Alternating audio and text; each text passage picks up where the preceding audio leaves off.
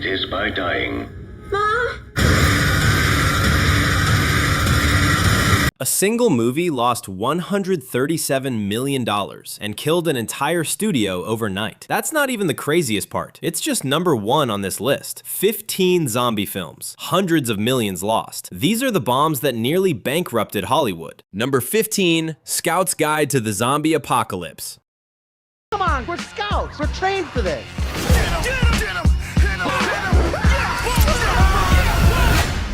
What is that? It's a bomb. What are you, the Taliban? Will you stop it? Paramount bets $15 million on teenage Boy Scouts fighting the undead in a raunchy horror comedy. 3 friends sneak out for a secret party, only to discover their entire town has been overrun by flesh-eating corpses. Director Christopher Landon had just come off the Paranormal Activity franchise, and the studio clearly expected lightning to strike twice. It didn't. The picture opened to $1.8 million and limped to $16 million worldwide. Paramount's simultaneous VOD release strategy, making it available digitally just 17 days after it dropped below 300 screens, caused Regal, Cinemark, and Carmike theaters to refuse showing the film entirely. Most audiences never saw it. Let's kick some zombie ass.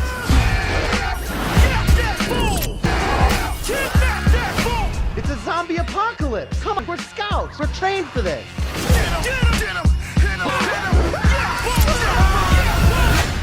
Number 14, Cooties. Remember that suiting up montage in every action film? This is that scene. Are we ready? Ready. I'm dead. I knew it. Rock and roll! Elijah Wood fights zombie children in an elementary school. Contaminated chicken nuggets infect students, turning them into rabid, flesh-eating monsters, and the teaching staff must battle their way out. The cast includes Rainn Wilson, Allison Pill, and Saw co-creator Lee Whannell, who also co-wrote the screenplay. Sundance audiences gave it a warm reception in January 2014. Then the picture disappeared. Lionsgate eventually released it 18 months later to 200 theaters with virtually no marketing support. Total domestic gross, $60,058. Not $60 million, $60,000. Lionsgate actually paid for reshoots to change the ending after test audiences rejected the original conclusion. The new ending still didn't save it.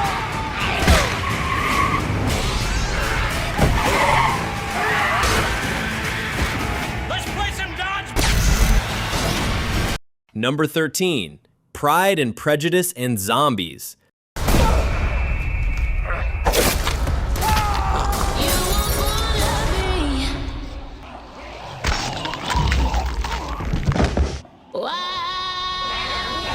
Sony spends $28 million adapting a best-selling parody novel. Lily James plays Elizabeth Bennet as a trained warrior battling the undead across Regency-era England while navigating romance with Mr. Darcy. The marketing campaign positioned it as the next big horror comedy crossover. Opening weekend delivered $5.3 million against projections of $12 million. In its third weekend, the picture was pulled from 2,455 theaters, an 88% drop that ranks as the third biggest theater withdrawal in history.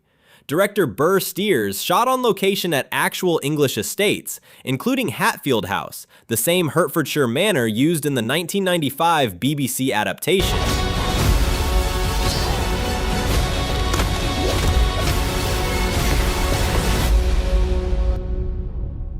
I do not know which I admire. Number 12, The Girl with All the Gifts. What am I?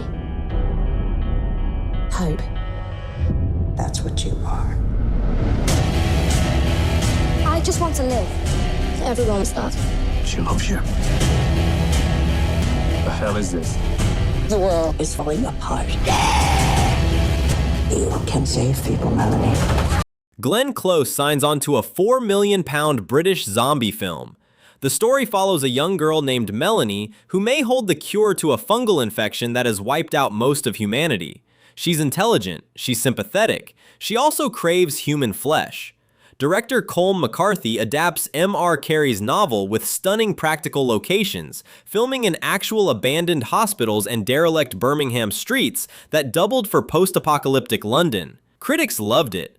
Rotten Tomatoes holds it at 84%, and almost nobody saw it in theaters. The distributor dumped it to VOD during Oscar weekend, guaranteeing minimal attention. Everyone wants that. She loves you. The hell is this? The world is falling apart. You can save people, Melanie. You can save everybody. Oh my God. Number 11, Maggie. Quarantine rules apply to everybody, Wade.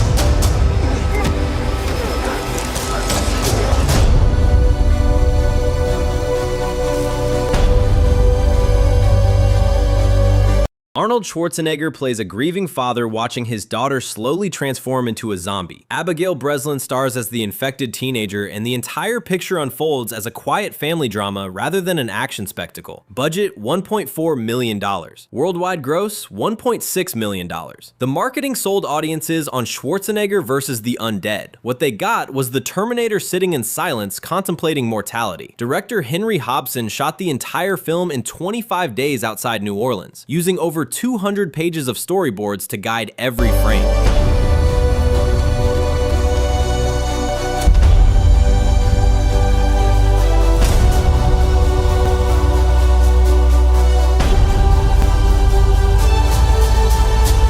Number 10, Survival of the Dead.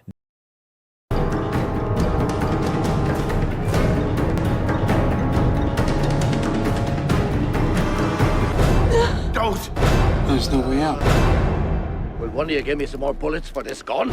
George Romero's final zombie film barely reaches theaters. Two feuding Irish families on a small island disagree over whether the undead should be destroyed or kept alive until a cure is found. The picture premiered at the Venice Film Festival, then received a limited release to 20 screens before vanishing to home video. Romero had defined the genre with Night of the Living Dead in 1968. 4 decades later, distributors had no idea how to sell his work. He shot on Fogo Island off the coast of Newfoundland, using real fishing villages as locations. The master of zombie cinema ended his theatrical run with a whimper rather than a bang.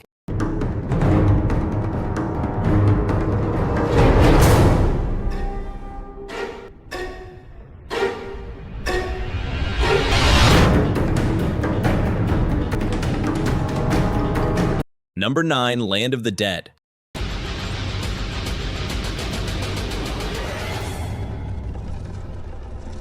A. Romero's Land of the Dead. Zombies, man. Universal gives Romero $15 million for his triumphant return to the genre. Dennis Hopper plays a wealthy tyrant ruling over a fortified city while the poor struggle in surrounding slums. The undead are evolving, learning to use tools and coordinate attacks. Romero envisioned this as his most ambitious social commentary yet. The picture opened to $10 million, respectable, but far below studio expectations for his first major studio backing. It marked the beginning of Romero's commercial decline. Hopper's character is literally named Kaufman, living in a luxury tower while humanity crumbles outside.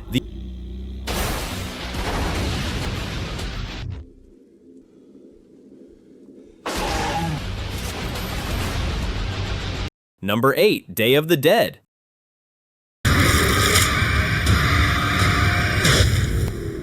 It is by dying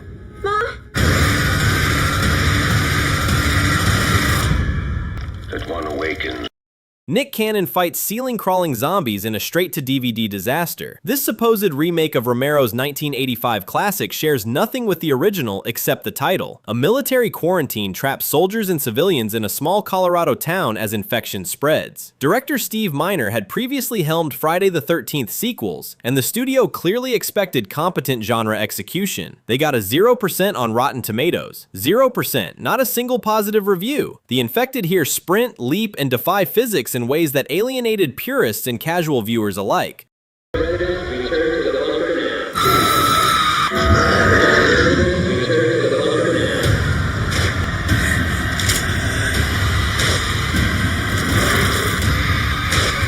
Number 7, Day of the Dead Bloodline. No place to hide. Today is. We got company. Day of the Dead. Hollywood tries remaking Romero's Day of the Dead for the third time. Sophie Skelton plays a medical student trapped in an underground bunker with a zombie who retains memories of stalking her before the outbreak. The picture carries a 17% on Rotten Tomatoes. Critics called it an insult to Romero's memory. Audiences ignored it entirely. What dooms Bloodline is the fundamental misunderstanding of what made the original work. Romero's 1985 film explored military authoritarianism and scientific ethics. This version transforms those themes into a generic stalker narrative with The Walking Dead. Someone here is infected. What are we gonna do? I'm not gonna die here. Mina Savari, Nick Cannon, and Vin Rhames. Those things are everywhere. Number 6, Patient Zero. Continue to fight. Time is of the essence. Because that is what we're at war. I suggest you ask yourself. Oh my God. Matt Smith and Natalie Dormer headline a zombie thriller that sat on a shelf for years. Smith plays a survivor who can communicate with the infected, using this ability to search for the original carrier of the global pandemic. Stanley Tucci co-stars as the leader of a research facility. The picture filmed in 2016, then disappeared. Distributors passed repeatedly. It finally surfaced on VOD in 2018, with zero theatrical release and minimal promotion. For fans of the leads, Smith fresh off Doctor Who, Dormer coming from Game of Thrones, the wasted potential stings. The premise offered genuine novelty, a protagonist who can interview zombies. Just you ask yourself. Oh my God. Who's winning? What can you see?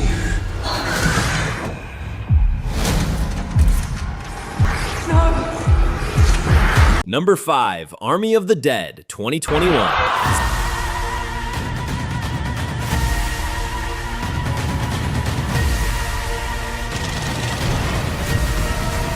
Zack Snyder returns to zombie cinema with a $90 million Netflix heist film. Dave Bautista leads a team of mercenaries into quarantined Las Vegas to steal $200 million from a casino vault before the military drops a nuclear bomb. The infected here have evolved into an organized society with their own king and queen. Netflix gave the picture a one-week exclusive theatrical run before streaming. Opening weekend, $780,000 from 430 screens, well below the $1.5 million industry projection.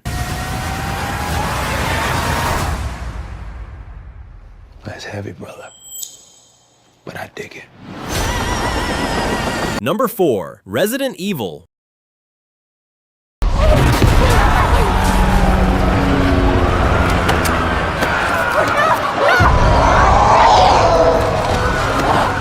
We ran.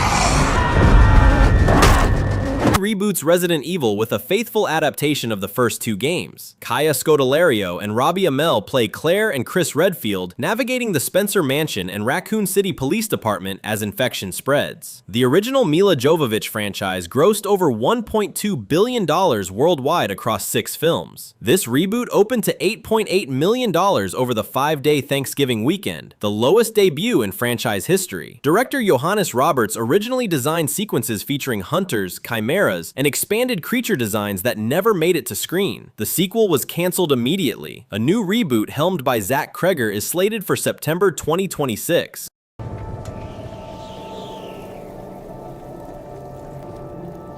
I told myself we would make it. We just needed more time. Think that you have more time. Number 3, Day of the Dead.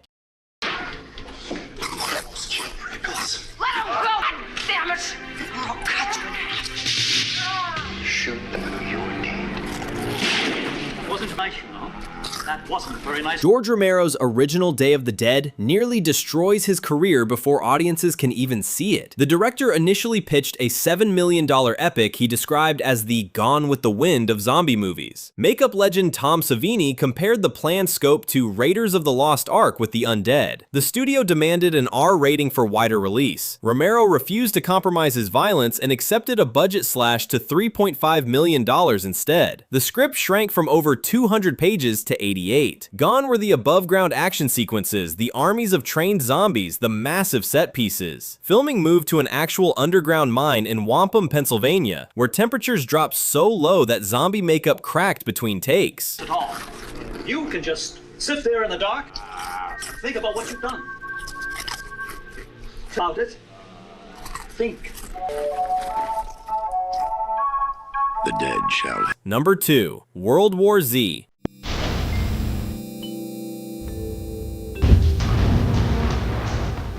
So I'm coming back.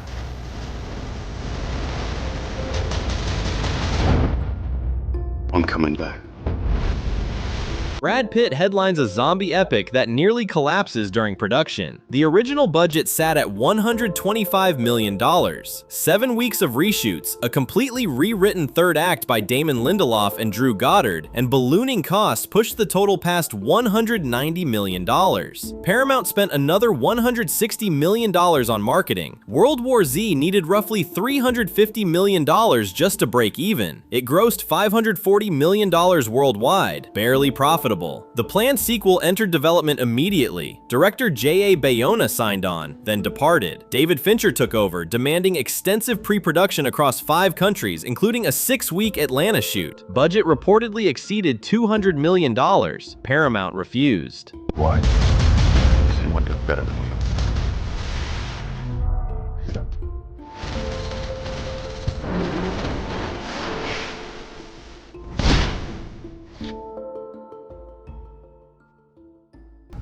Number 1. Final Fantasy: The Spirits Within. This shouldn't be happening! What is that? The dream is coming faster now.